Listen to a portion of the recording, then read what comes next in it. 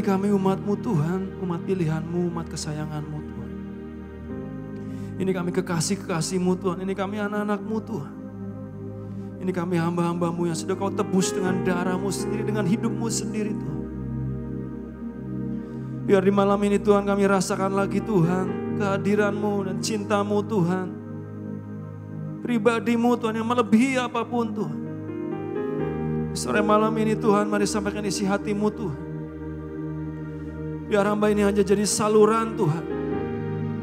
Hanya jadi alat-Mu Tuhan, hanya jadi bejana-Mu Tuhan, menyalurkan apa yang dari Engkau Tuhan. Yang ilahi yang dari Engkau Tuhan, yang dari hati-Mu sendiri Tuhan. Kami tidak mau mencari yang spektakuler Tuhan. Kami tidak mau mencari yang glamor Tuhan, tapi kami mau mencari hati-Mu Tuhan. Kami mau mencari kehadiran-Mu Tuhan. Itu yang lebih penting dan terpenting Tuhan.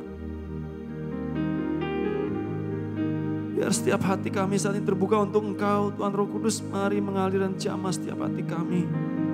Setiap pribadi Tuhan, jamah sentuh lagi dengan kasih-Mu Tuhan. Jangan biarkan ada satu hati pun yang keras Tuhan. Firman Tuhan berkata, pada hari ini jika engkau mendengar suaranya, janganlah keraskan hatimu. Mari lembutkan hati kita saudara. Untuk apa yang Tuhan mau katakan, apa yang Tuhan mau bagikan, untuk apa yang Tuhan mau sampaikan. Mari buka hati kita saat, rendahkan hati kita di hadapan Tuhan. Sebab tidak ada satu manusia pun sebenarnya yang bisa melakukan sesuatu tanpa perkenan Tuhan.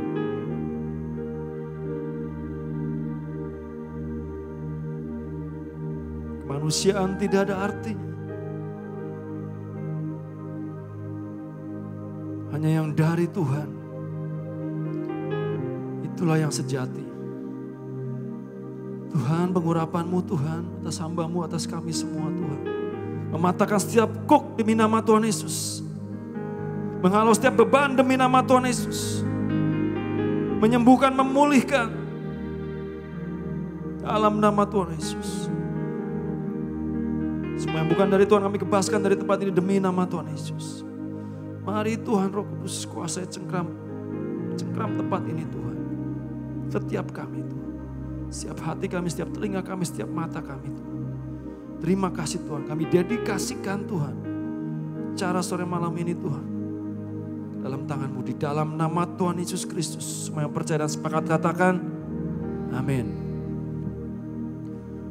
Saudara, saya cukup bergumul untuk apa yang saya harus sampaikan di malam ini saudara. Saya diberitahu minggu lalu. Dan sesungguhnya buat saya sebenarnya walaupun mungkin beberapa dari saudara berkata bahwa saya sering ada di depan, ada di mimbar. Tapi buat saya tempat ini gak tahu kenapa ya. Kadang-kadang sampai sananya saya masih berkeringat tangan saya nih. Buat saya ini bukan tempat yang main-main saudara, tapi tempat yang sungguh-sungguh ini tempat di mana pengurapan Tuhan ada, perjanjian Tuhan ada. Dan saya mengambil waktu saudara, betul-betul apa yang Tuhan mau sampaikan. Ada banyak pikiran yang melintas, ada banyak teori-teori yang mungkin ya kalau mau dipelajari kita bisa dapat teorinya semuanya saudara. Tapi di awal tadi ketika kita berdoa, ketika kita menyembah di tempat ini sebelum di jam 5 tadi ya. Dan terus di hati Tuhan bicara dengan kuat, kenapa kau gak sampaikan apa yang jadi hatiku gitu. Apa engkau ingin hanya untuk menyampaikan apa yang kelihatannya wow, kelihatannya pintar gitu. Yang kelihatan pinter gitu. Yang kelihatan hebat gitu. Kewahyuan yang luar biasa. Dan saya rasa saudara ketika kita dapat tema di bulan ini, tema kita di bulan ini adalah mengejar yang ilahi. Ini tema yang mungkin terdengar simpel, terdengar sederhana, sering kita dengar. Tapi berapa dari kita yang menghidupinya saudara? Karena tema ini tema seumur hidup menurut saya saudara. Tema ini tema yang sesungguhnya harus terus berbicara kepada setiap kita sampai pada nanti kita bertemu dengan Tuhan di waktunya nanti. Saudara. Entah itu di awan-awan, entah itu mungkin ada yang dipanggil Tuhan duluan. Saudara. Kalau kita hidup nggak pernah tahu kan sampai kapan, bener nggak?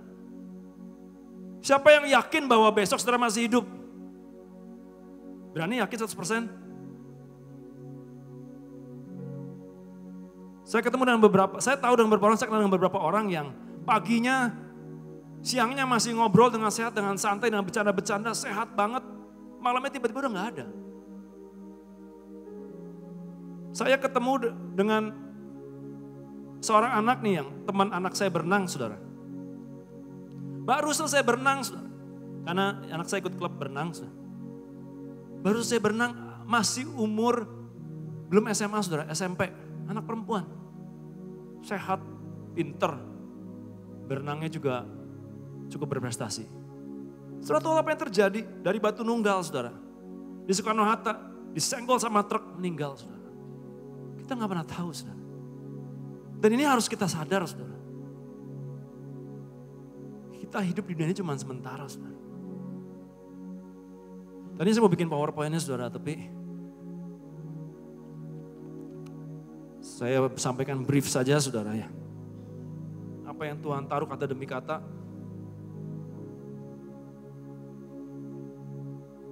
Ya. Tema kita bulan ini mengejar yang ilahi. Saya berikan tema yang lebih spesifik ataupun apa ya, bukan lebih spesifik ya, yang ini yang saya dapat dari Tuhan. Godly obsession. Godly obsession. Apa itu obsesi? Obsesi diterjemahkan secara sederhana adalah sesuatu yang membuat perasaan kita, pikiran kita itu nggak bisa dan nggak ada logikanya. Ya terjemahannya seperti itu, saudara ya, dari bahasa Inggris. Obsesi itu ada satu ide, ada sesuatu hal, pemikiran ataupun perasaan yang itu terus terngiang-ngiang berputar-putar, terus mengambil alih semuanya, sampai kita nggak bisa mikir yang lain. Kita nggak konsen ke yang lain, kita nggak bisa fokus ke yang lain. Dan itu nggak ada logikanya, saudara.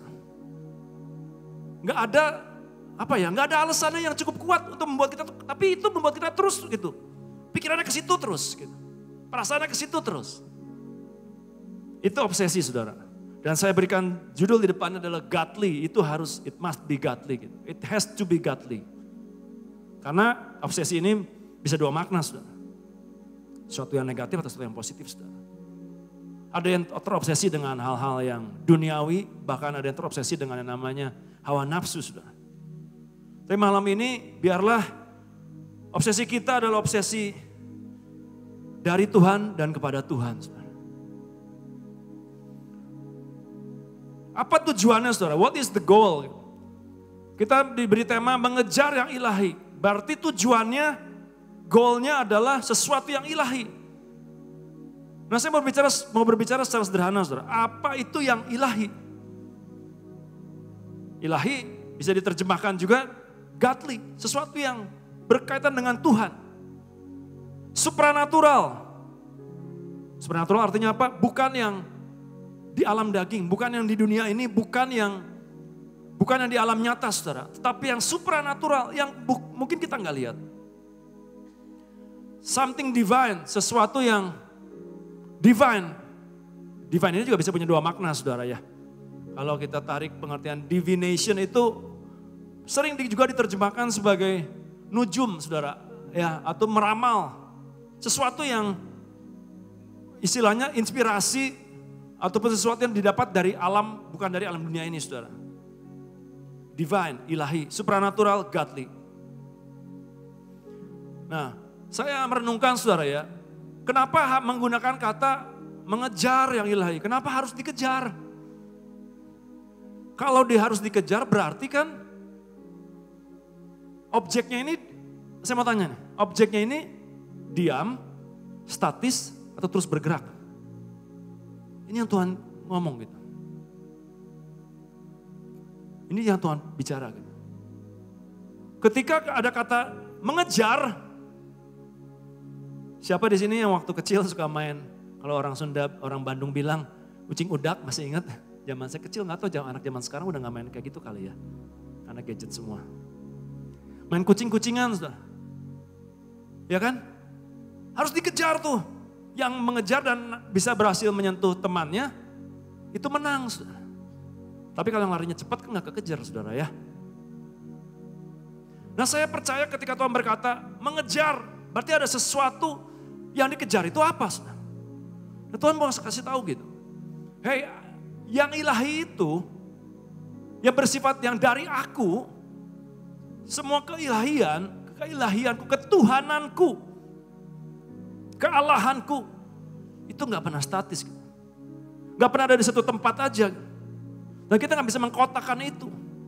Dan kita gak bisa mencapai itu, kita gak pernah bisa berkata satu titik nanti, ketika saudara sudah merasa penuh dengan karunia, ketika saudara merasa sudah peka mendengar suara Tuhan, ketika saudara sudah mengalami yang namanya mujizat dan terobosan, saudara sudah diberkati bahkan melebihi semua impianmu, kau gak akan pernah bisa berkata, sudah cukup sampai sini, aku sudah mencapai apa yang ilahi itu. Kenapa? Karena ilahi itu terus bergerak, saudara. Tuhan kita terus bergerak, saudara. Kita gak pernah bisa berkata bahwa sudah sini, sampai sini aku sudah sempurna. There is more, there is more, there is more. Ada sebuah conference yang beberapa waktu lalu saya ingat yang dihadiri oleh puluhan ribu orang dan ada sebuah tema yang sampai sekarang saya ingat, saudara. Judulnya adalah, temanya adalah there is more. Ada yang lebih lagi, ada yang lebih lagi, ada yang lebih lagi. Karena sesungguhnya, saudara, kalau seseorang, kadang kalau ngomong enggak lah. Kalau ngomong enggak karena tahu teori rohaninya, enggak boleh ngomong kayak gitu. Tapi kalau saudara sudah merasa, saudara sudah kenal Tuhan, itu artinya saudara masih belum kenal Tuhan. Kalau kita merasa bahwa kita sudah cukup kenal Tuhan, sebenarnya kita semakin tidak tahu apa-apa. Saya melihat hamba-hamba Tuhan yang menjadi panutan, menjadi mentor saya, menjadi gembala saya, bahkan menjadi orang tua rohani saya, dari Pak Yusak Cipto, dari Pak Daniel. Apa yang Pak Yusak Cipto katakan selalu di hari-hari terakhirnya. Selalu dengarkan khotbahnya di tahun-tahun terakhir. Selalu dia berkata apa? Banyak hal tak ku mengerti. Makin gak ngerti lah Tuhan tuh. Makin ngerasa bodoh, makin ngerasa gak kenal Tuhan. Tapi saudara yang sudah merasa ketika dalam sebuah ibadah, dengerin khotbah, dengerin orang sharing firman Tuhan, dan saudara memandang rendah orang itu, dan berkata, wah ini levelnya masih cetek ini. Dan saudara merasa saudara lebih, sebenarnya orang itu orang yang masih belum mengenal Tuhan, cukup mengenal Tuhan. Saya kemarin membaca seorang buku yang dikirimkan oleh seorang teman, ini buku yang kedua, saudara. Ada satu lagi buku yang pertama, saudara. Seorang teman hamba Tuhan, saudara, yang diurapi luar biasa. Dan gerejanya dilawat Tuhan luar biasa, mengalami terobosan secara luar biasa. Dan dia berkata selama berapa belas tahun gitu, dia menantikan terobosan itu, menantikan lawatan itu, gitu. Tapi baru terjadi di beberapa tahun belakangan ini. Gitu. Dan buku itu bicara tentang hati Tuhan. Saya baca buku itu, saudara. Saya baca buku itu, saudara. Dan ternyata, saudara, intinya sama, kesimpulannya sama. Yang ilahi itu gak akan pernah bisa kita cukup untuk comprehend, untuk kita selami. Kita hanya terus ngikutin aja. Gimana Tuhan bergerak, kita kejar. Dan kalau menggunakan kata mengejar, berarti ada sebuah perjuangan, ada sebuah fighting spirit, ada sebuah pengertian bahwa aku gak cukup sampai di sini. Dua kata ini, saudara ya, mengejar yang ilahi. Mengejar artinya kita gak boleh berhenti. Yang ilahi artinya kita tidak boleh kehilangan fokus dan tujuan kita, goalnya kita, saudara. Bahwa semua itu it must be godly. Semuanya itu harus yang dari Tuhan. Dan itu semuanya, saudara, harus ditentukan, ditetapkan dari pilihan demi pilihan sampai akhir nanti kita menghadap Tuhan. Saudara. Makanya saya mengatakan bahwa tema ini sebenarnya tema seumur hidup, saudara, bukan tema hanya bulan ini, saudara. Mengejar yang ilahi. Saya mau sampaikan beberapa hal tentang apa itu yang ilahi, saudara ya. Dan ketika Tuhan ingatkan hal ini, saya kan benar ya Tuhan, aku udah kehilangan fokusku. Sering kali aku get distracted gitu. Apa ya, teralihkan, bahkan tertipu. Karena setan, saudara, pasti akan berjuang dengan segenap tenaganya, apalagi untuk umat-umat pilihan Tuhan. Apalagi buat setiap saudara yang dipilih oleh Tuhan. Yang benar-benar dipilih dan punya perjanjian. Saudara lihat semua tokoh-tokoh Alkitab, saudara. Kita tahu beberapa yang sungguh-sungguh menggenapi semuanya sampai garis akhir. Mencapai destininya, mendapatkan yang ilahi. Dengan perjuangan dengan jatuh bangun bahkan. Daud jatuh, Abraham jatuh, Yakub jatuh berkali-kali. Tapi at the end, saudara, dia terus kembalikan fokusnya kepada Tuhan. Tapi ada juga yang gak nyampe, saudara. Saul gak nyampe. Simpson. Banyak, saudara. Dipilih Tuhan. Belum tentu dan belum jaminan, saudara. Bahwa saudara mencapai garis akhir dan mendapatkan yang ilahi. Saya mau sampaikan juga nih kepada semua kita yang melayani, termasuk diri saya sendiri gitu. Kita sudah melayani, kita sudah dipilih Tuhan, sudah mendapatkan pengurapan dari Tuhan, menerima karunia dan punya talenta yang luar biasa, dipakai oleh Tuhan, bisa mengerti firman Tuhan lebih dalam, belum tentu, saudara. Kalau kita berhenti mengejar dan mengejar yang ilahi, hati Tuhan, belum tentu kita nyampe, saudara. Makanya kita terus menjerit Tuhan, paksakan Tuhan, paksakan rencanamu jadi. Makanya kita terus menjerit berdoa, Tuhan tolong jamin aku Tuhan. Ini sangat penting, saudara. Saudara di tempat ini yang sudah mengawali semuanya. Saya tahu ada beberapa orang yang melayani sudah 15 tahun, 10 tahun. Saat ini apa yang kau kejar? Apa yang menjadi obsesimu? Di awal ketika kita jatuh cinta dengan Tuhan, kasih yang mula-mula, cinta yang mula-mula. Kita begitu terobsesi dengan Tuhan. Dengan panggilannya. Semuanya yang kita pikirin bagaimana aku bisa melayani Tuhan, dipakai oleh Tuhan. Tapi di tengah-tengah perjalanan, seringkali kita get distracted. Ya. Saudara, yang ilahi juga, kenapa harus dikejar dan kenapa Tuhan mau untuk terus dikejar? Kenapa Tuhan selalu bergerak? Karena itu relationship based. Saudara. Dasarnya adalah hubungan. Jadi bukan objek mati. Ya. Mengejar sesuatu, mengejar yang ilahi, itu pribadi yang hidup. Sesuatu yang hidup. Dan itu must be relationship based. Dasarnya adalah hubungan. Bukan suatu benda objek yang setelah didapatkan selesai. Makanya kalau orang mengejar mujizat, itu bukan yang ilahi. Orang mengejar mendengar suara Tuhan saja, enggak 100% ilahi. Orang mengejar karunia, apa itu ilahi? Menurut saya, bukan itu esensinya. Karena esensinya, dasarnya adalah sebuah hubungan. Bagaimana kita mengejar Tuhan, mengejar hatinya, mengejar panggilannya, mengejar apa yang dia mau.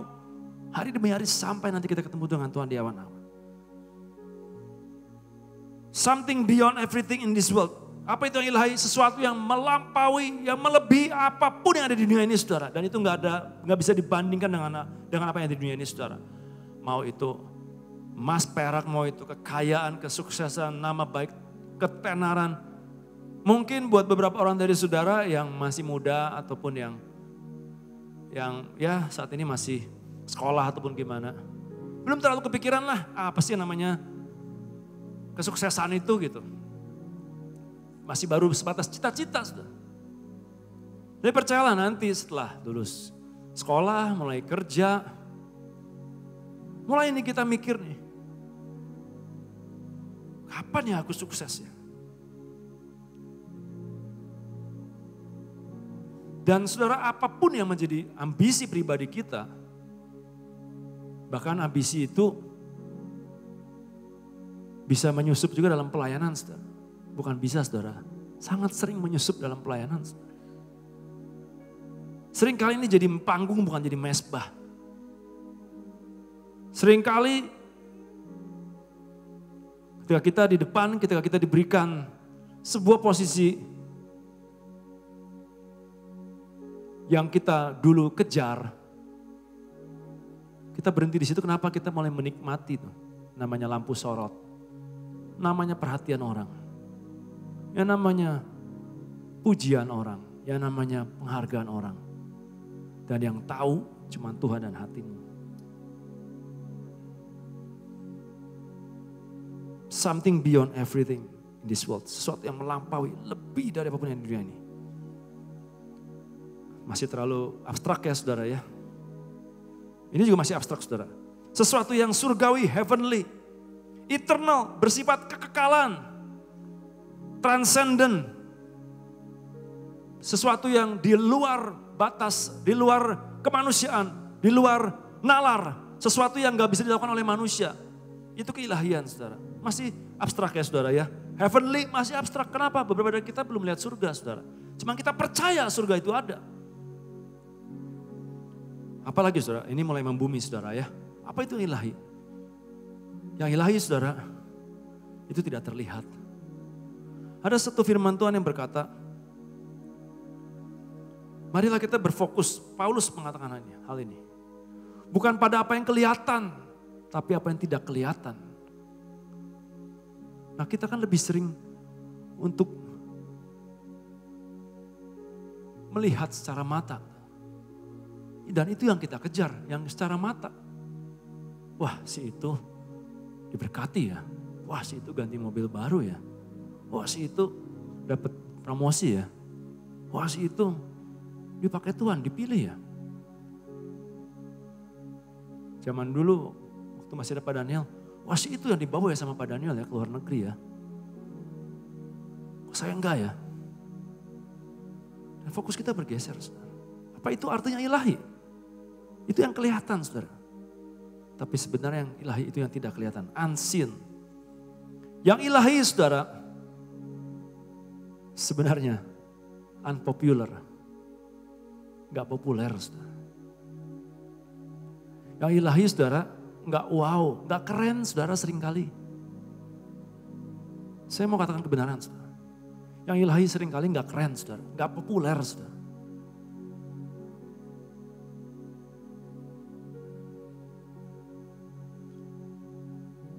Yeremia, Yehezkiel. Dia seorang nabi betul? Tapi kalau kita renungkan di zaman itu. Ini nabi saudara disuruh oleh Tuhan. Saudara baca ya di Alkitab. Untuk berjalan sembari bernubuat. Maaf saudara ya.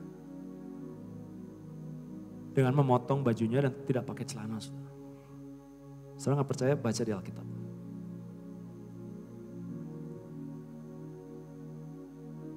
Tapi saya ingat satu hal yang pernah disampaikan oleh Pak Daniel. Dulu waktu saya masih SMA kalau gak salah.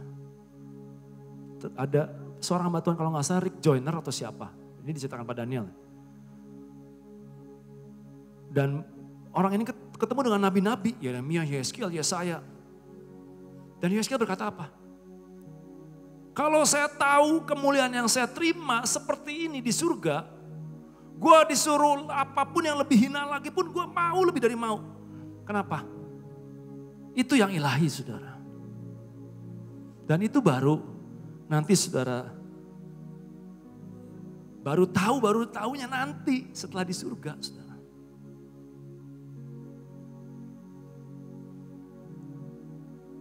Unpopular, not glamorous, gak glamor saudara.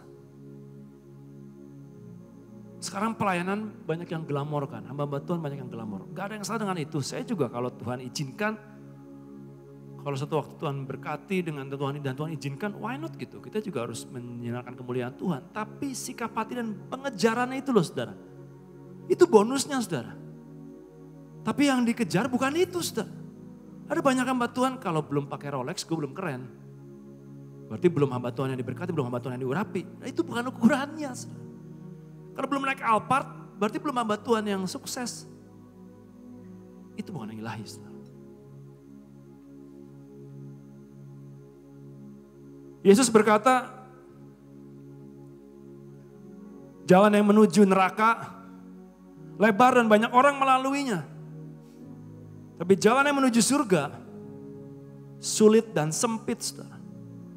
Jadi yang ilahi itu sempit, saudara, dan sulit dilalui. Dan tidak banyak yang mau melewatinya. Saudara. Kenapa? Jalannya kecil, saudara. Saudara kalau boleh pilih, lebih senang jalan tol atau lebih senang masuk gang, saudara? Ayo. But this is the truth. Yang ilahi, saudara. Jalan Tuhan. Jalan Tuhan. Dan saya alami, saudara. Jalan Tuhan itu sulit dan sempit, saudara. Tapi itu kebenaran. Yesus yang ngebilang. Jalan menuju surga itu sempit. Tapi yang menuju neraka lebar dan semua orang masuk ke situ. Banyak orang pengen, semua orang pengen melaluinya.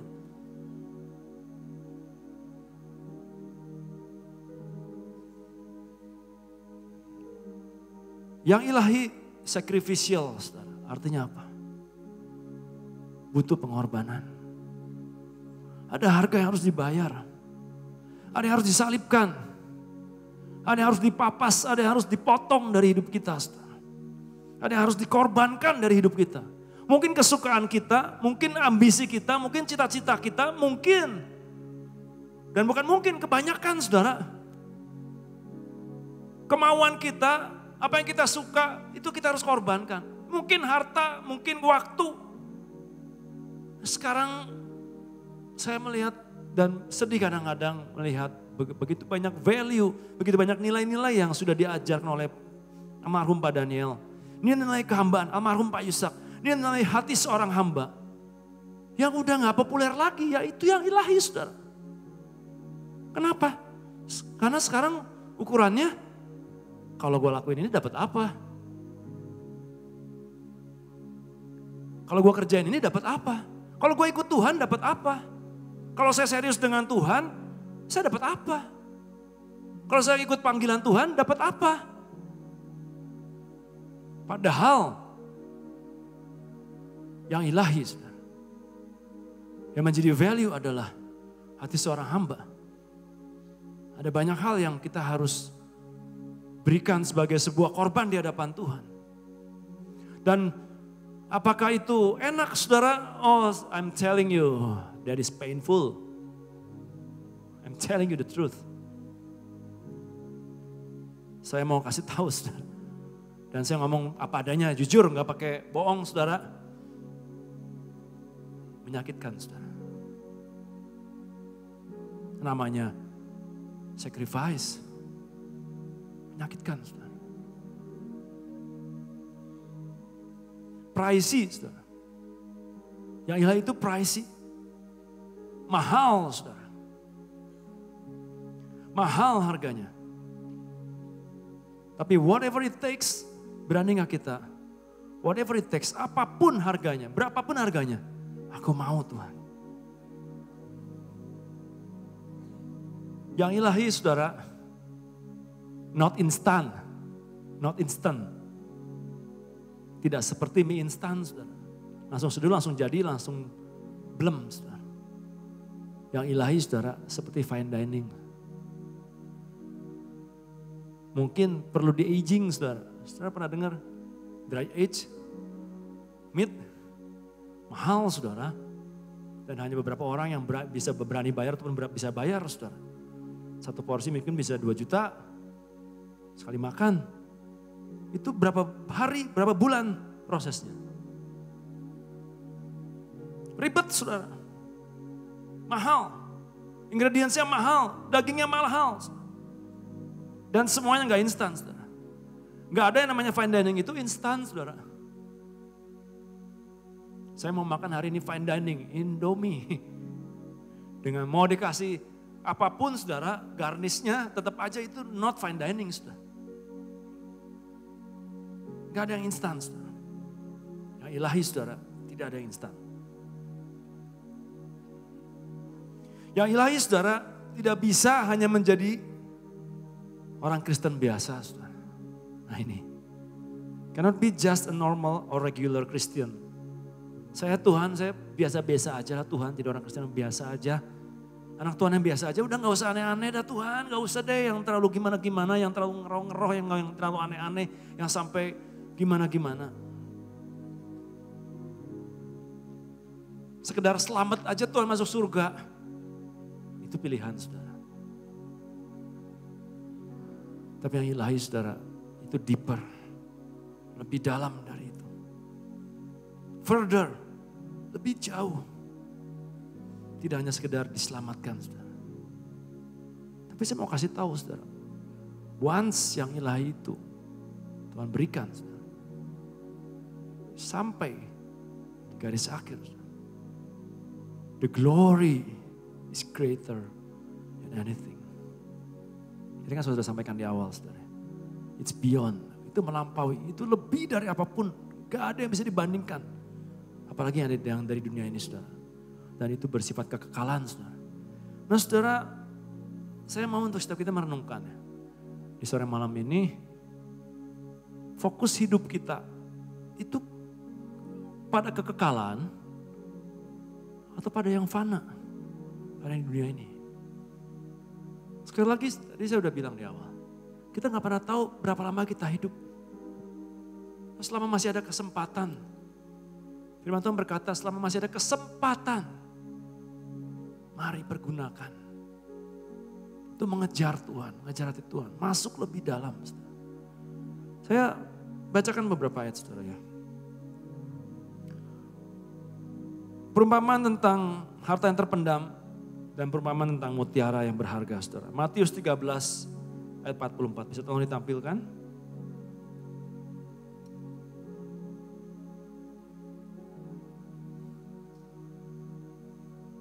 Matius 13 ayat 44. Boleh dibantu? Ya. Hal kerajaan sorga itu semua adalah yang ilahi. Kalau saudara mau tahu apa itu yang ilahi, saudara baca di kitab Injil ketika Yesus berkata tentang hal kerajaan sorga, hal kerajaan Allah, itulah yang ilahi saudara. Itu seumpama harta yang terpendam di ladang yang ditemukan orang lalu dipendamkannya lagi. Oleh sebab sukacitanya pergilah yang menjual seluruh miliknya lalu membeli ladang itu. Next. Demikian pula hal kerajaan sorga itu seumpama seorang pedagang yang mencari mutiara yang indah. Setelah ditemukannya mutiara yang sangat berharga, ia pun pergi menjual seluruh miliknya lalu membeli mutiara itu. Itulah obsesi saudara, obsesi ilahi, obsesi godly obsession. Dia berani tukarkan semuanya hanya untuk yang dari Tuhan. Itu sebuah pilihan sekali lagi saudara. Itu sebuah pilihan. Seorang tokoh dalam Alkitab, beberapa orang tokoh, saya bagian beberapa orang tokoh. Tapi Tuhan bicara dengan kuat tentang seseorang di Alkitab yang mungkin jarang dan gak terlalu sering dibahas saudara. Seseorang yang bernama Yakub saudara. Saudara tahu ketika dia mendapatkan ilahi, it's not something cheap, saudara. Bukan satu yang murahan, saudara. Saudara tahu yang sekarang disebut dengan bangsa Israel, bangsa pilihan Tuhan, umat pilihan Tuhan yang sampai hari ini saudara, membuat heboh dunia, saudara. Itu didapatkan ketika Yakub ketemu dengan Tuhan. Dan dia berkata, aku tidak pernah akan melepaskan engkau sebelum engkau memberkati aku. Dan akhirnya di situ dia mendapatkan nama yang baru dari Tuhan. Namamu saat ini bukan lagi Yakub, tapi Israel. Terjemahannya Prince of God, betul ya? Betul ya? Prince of God.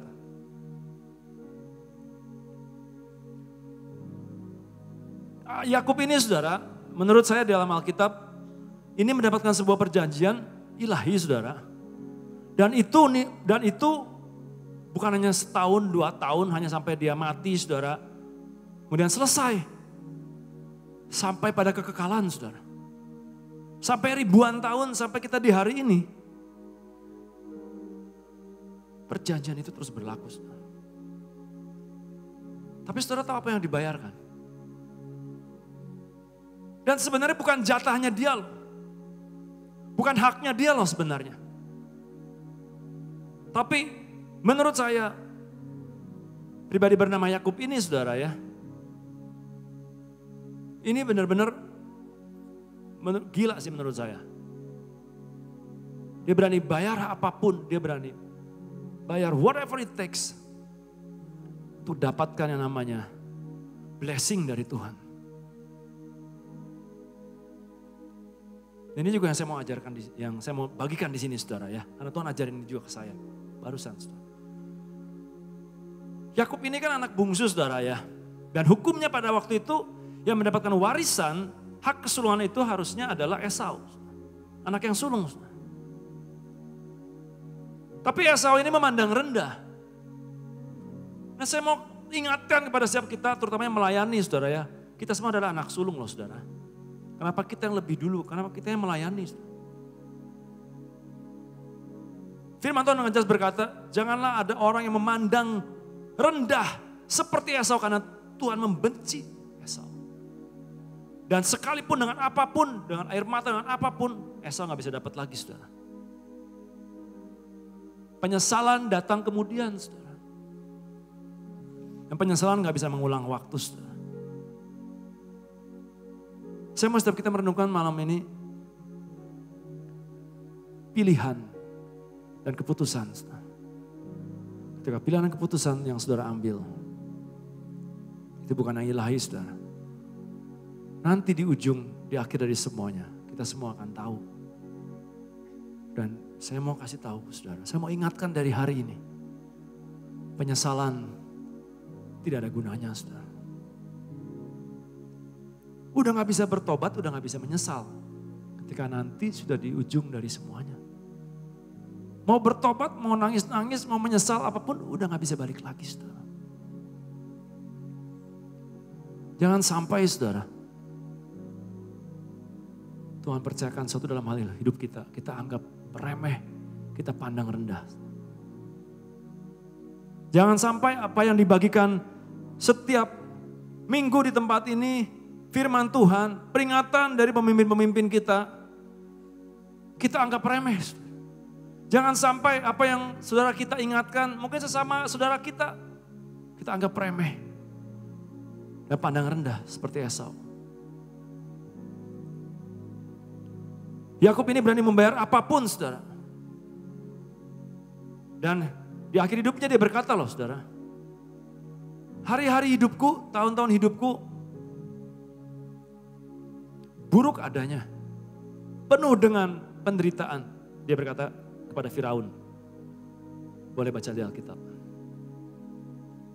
Karena apa? Penuh dengan proses, penuh dengan pendidikan, penuh dengan hajaran. Karena apa ya? Itulah harga daripada yang ilahi. Itulah harga bagaimana dia bisa mendapatkan hak kesulungan. Dan gak berhenti sampai di situ, gak berhenti sampai mendapatkan blessing kesulungan saudara. Tapi juga mendapatkan nama Israel. Yang sampai hari ini kita kenal. Dan saudara tahu, dia tahu bahwa ada prosedurnya untuk yang ilahi itu gak bisa bypass saudara. Gak bisa shortcut, gak bisa ambil jalan pintas. Dia tahu blessingnya harus turun dari Ishak saudara, dari ayahnya. Dari tudung rohaninya. Warisannya harus jelas garisnya. Saya mau tanya, saya mau kasih tahu saudara ya. Setiap dari kita di tempat ini kita punya garis warisan daripada Daniel.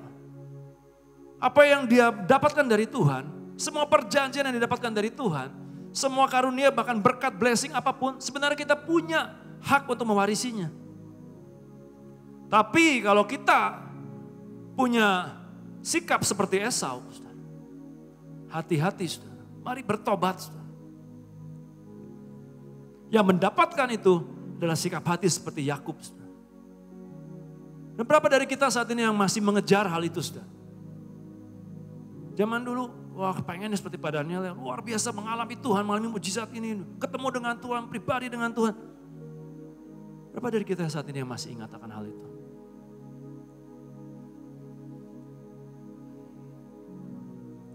Yakub saudara. Dia tahu garisnya harus lewat tudungnya saudara. Jangan sampai ada dari kita semua saat ini yang didapati tanpa tudung saudara. Yang ilahi hanya bisa didapatkan kalau saudara punya tudung di atas saudara. Saya mau sampaikan kebenaran saudara. Ini adalah kebenaran. Daud saudara, dikatakan ada sebuah ayat ketika Daud dikuburkan meninggal. Dikatakan dalam ayat itu, dia mati dengan penuh kemuliaan ilahi saudara. Tapi saudara tahu apa yang dia bayar. Sampai akhir hidupnya, dia masih diproses dan dididik oleh Tuhan. Dia masih dihajar oleh Tuhan. Dan jatuh bangun bahkan. Gagal, yes, tapi bangkit lagi, kejar lagi. Jatuh, salah, dosa, bangkit lagi, bayar harganya, kejar lagi. Dan Daud ini orang yang luar biasa, dia konsekuen, dia berani bayar harga daripada kesalahannya. Banyak orang berpikir bahwa boleh main-main dengan Tuhan. Saudara nggak hitung ya. Kita harus hitung loh saudara. Saudara boleh hidup seenaknya, tapi saudara juga harus hitung konsekuensinya. Pengampunan Tuhan tidak kemudian meniadakan konsekuensi saudara. Nabi Nathan berkata, dosamu Daud sudah dijauhkan oleh Tuhan. Karena kau sudah bertobat merendahkan diri di hadapan Tuhan. Tapi konsekuensinya, saudara tahu. Anak dia bunuh-bunuhan. Kakak membunuh adik, kakak memperkosa adik. Anaknya mau bunuh dia sendiri. Bahkan anaknya sendiri saudara mau bunuh dia. Bayangkan perasaan hati seorang ayah seperti itu saudara. Punya anak, kakaknya memperkosa adiknya. Kemudian bunuh-bunuhan. Sampai benar-benar bunuh-bunuhan loh saudara. Dan terakhir anaknya mau bunuh dia. Dan anaknya juga harus mati saudara. Gimana perasaannya saudara? That's the consequences saudara.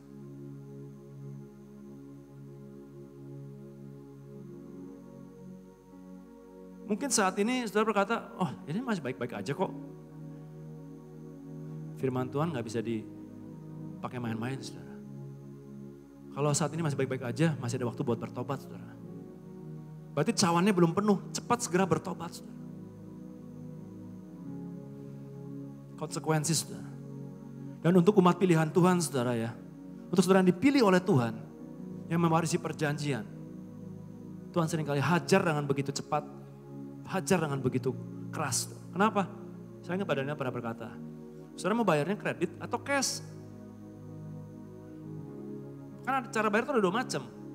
Boleh kredit, boleh nyicil, boleh cash. Nanti yang paling bayarnya yang cash saudara. Kenapa? Tiba-tiba di akhirnya ditagih saudara. Pada waktu itu aku akan berterus terang, Yesus berkata, kepada kamu, aku tidak kenal kamu. Enyala daripada aku pembuat kejahatan. Itu yang bayar harganya cash saudara. Dan jangan saudara pikir bahwa itu bukan orang-orang yang kenal Tuhan, saudara. Mereka hamba-hamba Tuhan, saudara. Yang membuat mujizat di dalam nama Tuhan. Tokoh berikutnya, saudara ya, adalah Maria Magdalena, saudara. Ini salah satu contoh orang yang begitu terobsesi dengan Tuhan, saudara. Ya, istilahnya, udahlah gak usah hidup lagi kalau gak ada Tuhan. That's true gitu buat kehidupan dia. Padahal backgroundnya saudara. Siapa Maria Magdalena ini? Inilah perempuan yang dibawa oleh imam-imam kepala, oleh ahli Taurat, oleh orang Farisi ke depan Yesus berkata bahwa ini perempuan kedapatan berbuat zina. Dan hukum Musa mengatakan lempari dia dengan batu. Gak cukup sampai situ. Dikatakan juga dia kerasukan 7 roh jahat. Dan seluruh kota tahu dia perempuan berdosa. Tapi once dia ketemu dengan Tuhan. Seringkali keremukan itu saudara. Yang Tuhan izinkan terjadi. Seperti Maria Magdalena dia meremukkan buli-buli pualam itu. Itu yang menghasilkan keharuman di hadapan Tuhan. Dan keremukan itu yang membuat kita hanya udah Tuhan. Hidupku hanya Engkau aja Tuhan. Jadi kalau Tuhan izinkan saat ini ada di dalam hidupmu yang menghasilkan peremukan dalam hidupmu. Itu karena kasihnya Tuhan. Supaya engkau kembali mengejar yang ilahi. Supaya kita kembali mengejar yang ilahi. Mazmur 23 saudara ya. Dibagikan kepada kita. Kita deklarasikan setiap hari. Bicara tentang Tuhan adalah gembala. Dan kita adalah domba. Kita mengerti Tuhan sebagai gembala, sudah banyak kita diajari Tuhan sebagai gembala. Tapi bagaimana kita sekarang belajar menjadi seekor domba. Apa itu domba? Domba yang keluh. Saya ingat Pak Daniel mengajarkan tentang domba yang keluh. Yang tidak membuka mulutnya, yang nurut, ikut aja. Bahkan salah satu lagu Pak Daniel kasih liriknya, ajar kami Tuhan menjadi domba yang keluh. Dan domba ini saudara ya, punya satu sifat bahwa dia tidak bisa independen. Domba itu punya sifat seumur hidupnya harus dependen. Harus selalu bergantung dengan gembalanya. Gak bisa hidup tanpa gembalanya. Nah banyak orang pengen untuk independen, pengen untuk merasa udah gak butuh Tuhan lagi. Tuhan aku udah gak butuh Engkau Tuhan, aku udah cukup semuanya, udah bisa semuanya, udah kaya, udah sukses. Dan domba ini juga saudara, itu terus mempercayai gembalanya. Kehilangan, losing all self, kehilangan dirinya, selfish ambition, ambisi pribadi, ambisi dari keakuannya, dan kebenaran diri sendiri. Berserah pada kehendak dan rencana Tuhan sepenuhnya. Terakhir saudara, Tuhan ingatkan tentang satu tempat yang bernama Betania. Tempat ini adalah sebuah desa kecil di luar Yerusalem, di luar kota Yerusalem. Ketika Yesus melayani di Yerusalem, bahkan sebelum dia memasuki jalan salib, Yesus nggak pernah tidur, nggak pernah nginep, nggak pernah stay di Yerusalem. Tapi setiap sore dia selalu keluar dari Yerusalem dan tinggal di Betania, di rumah daripada Maria, Marta, dan Lazarus. 3 tipe orang Kristen saudara ya, Abraham, Ishak, Yakub, Yakobus, Yohanes, Petrus.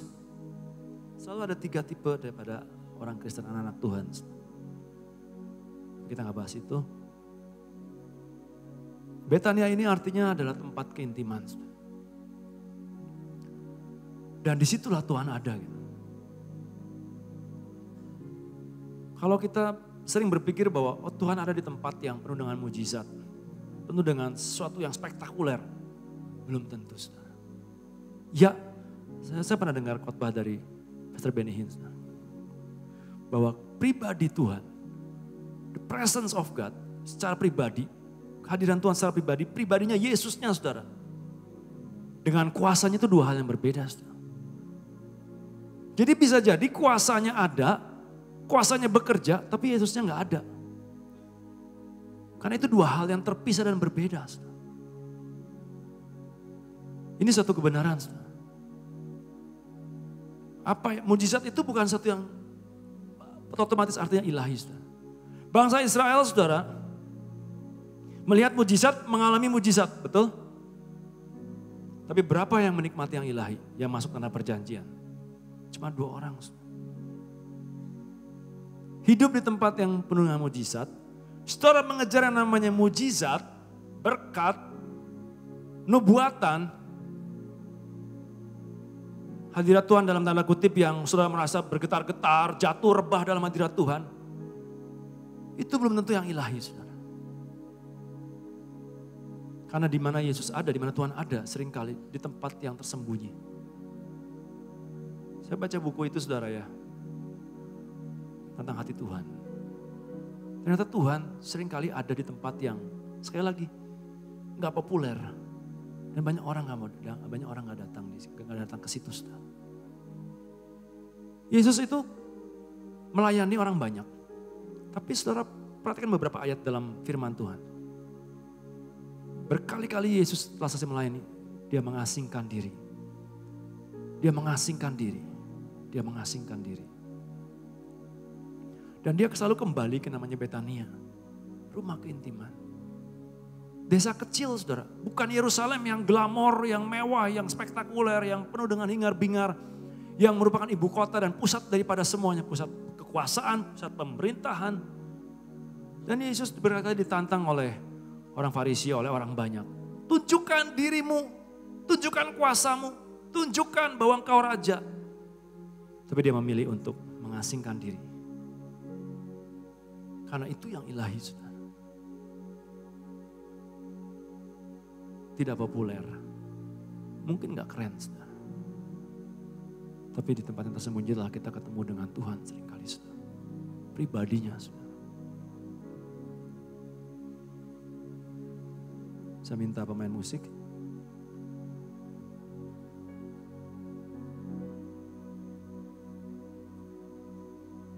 Saya berdoa, siap kita kembali diingatkan di sore malam ini, bahwa Tuhan kita itu gak pernah bisa dikotakan. Tuhan kita itu tidak pernah bisa kita beri batas. Dan Tuhan kita itu gak bisa ditebak. Jangan sampai ada satu orang yang saat ini merasa bahwa kita sudah bisa menerka Tuhan. Oh Tuhan sukanya seperti ini. Oh Tuhan ada di sini. Belum tentu.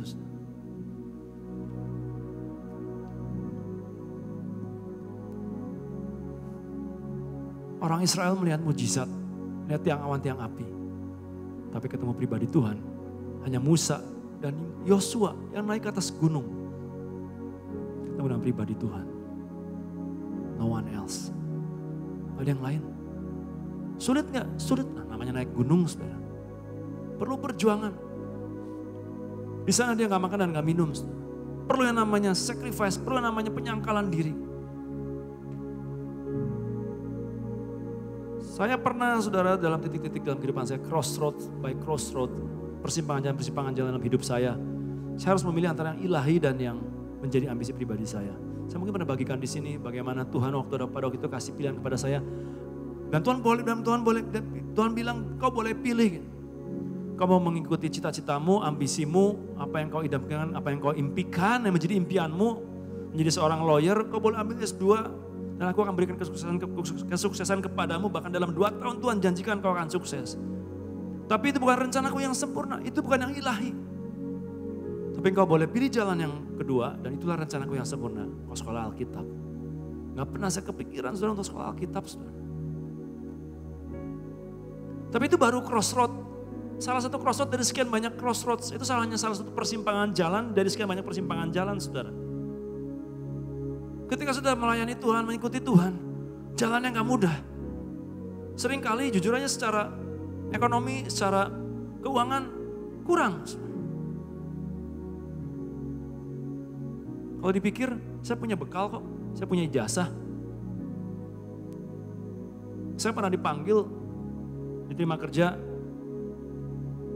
di law firm, pernah dipanggil, di satu perusahaan multinasional pernah dipanggil, udah lulus interview semuanya, tinggal saya mau yes or no aja.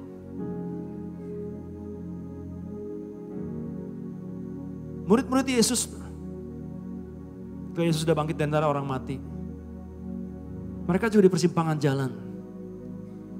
Penjala manusia atau penjala ikan. Balik ke penjala ikan atau tetap menjadi seorang penjala manusia.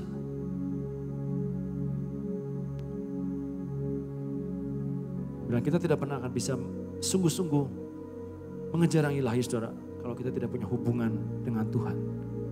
Day by day. Dengan apa, saudara? Ini saya mau sampaikan. Bagaimana kita bisa mengerti hati Tuhan, mengerti kehendak Tuhan. Yaitu apa? Saat teduh pribadimu, hubunganmu dengan Tuhan. Dan itu semua pribadi demi pribadi. Betaniamu, your Bethany. Apakah Tuhan ada di situ? Tuhan datang atau enggak? Your Bethany. Apakah kau punya hubungan dengan Tuhan secara khusus, secara pribadi? Dan itu gak bisa di gereja rame-rame, saudara. Gak bisa di ibadah hingar-bingar. Kalau saudara pikir saudara ketemu Tuhan dan itu sudah cukup dalam sebuah konser worship yang luar biasa dan katanya, dan memang penuh dengan pengurapan. Itu belum yang ilahi sepenuhnya, saudara. Karena semuanya balik. Bukan Yerusalem. Bukan ketika orang berseru, Hosana bagi dia di tempat yang maha tinggi. Yesus datang ke Yerusalem. Orang mengeluh-elukan dia. Tapi yang ilahi ada di Betania. Di mana Tuhan berkata, yang terbaik adalah duduk di kaki Tuhan. Mendengarkan perkataannya, menangkap isi hatinya. Punyakah saat ini kita hubungan pribadi dengan Tuhan? Apakah kita seperti Maria Magdalena yang masih punya obsesi hanya pada Tuhan? Ini peringatan, ini pesan buat setiap kita, termasuk saya yang bicara, saudara. Mari saudara, di sore malam ini, saudara, kita kembali, saudara. Jangan tertipu, jangan terpukau dengan yang glamor, dengan yang spektakuler, dengan yang kelihatannya di mata itu luar biasa. Belum tentu ada Tuhan di situ. Seakan-akan kelihatannya itu Tuhan, belum tentu itu Tuhan. Dan yang hanya tahu itu adalah Roh Kudus yang ada di hati kita semua.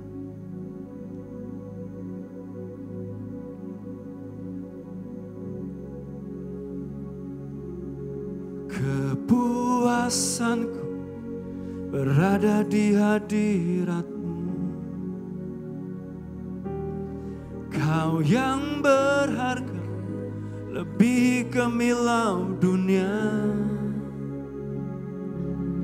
Terimalah pujian yang terbaik ku berikan padamu, Yesus, ku sanjung di tempat termulia. Kepuasanku berada di hadirat-Mu. Kau yang berharga lebih gemilau dunia. Terimalah pujian yang terbaik ku berikan padamu, Yesus, ku sanjung di tempat termulia. Kerinduanku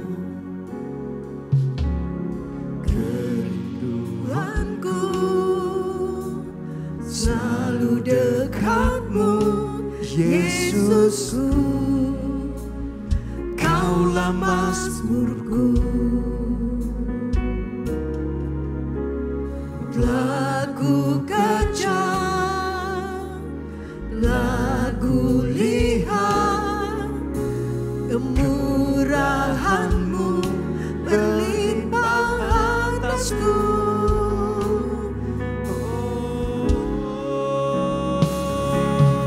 Kepuasanku berada di hadirat-Mu.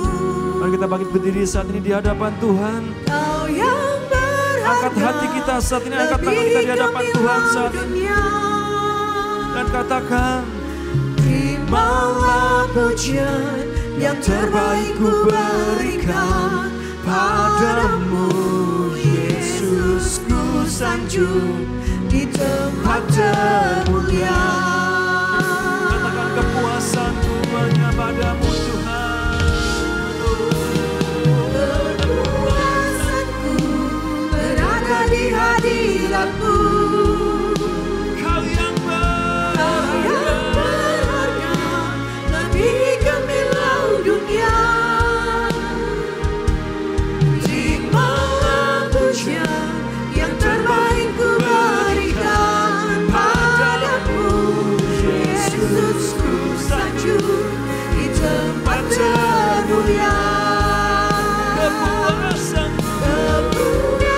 Malam ini Tuhan, kami kembali mau mengejar Engkau Tuhan, mengejar semua yang dari Engkau, mengejar semua yang ilahi Tuhan, mengejar semua yang dari hati-Mu Tuhan, mengejar pribadi-Mu Tuhan, mengejar yang sejati itu Tuhan. Yesus, ku sanjung di tempat termulia. Kepuasanku berada di hadirat-Mu. Kau yang berharga lebih gemilau dunia. Terimalah pujian yang terbaik ku berikan